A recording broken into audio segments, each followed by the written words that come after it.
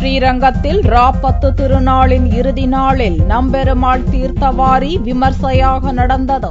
திருச்சி ஸ்ரீரங்கத்தில் வைகுண்ட ஏகாதசி விழா கடந்த 1ஆம் தேதி துவங்கி நடந்து வருகிறது. பகல் 10 முடிந்து ராப்பத்து துவக்க நாளில் சொர்க்கவாசல் திறப்பு நிகழ்ச்சி கடந்த 11ஆம் தேதி நடந்தது.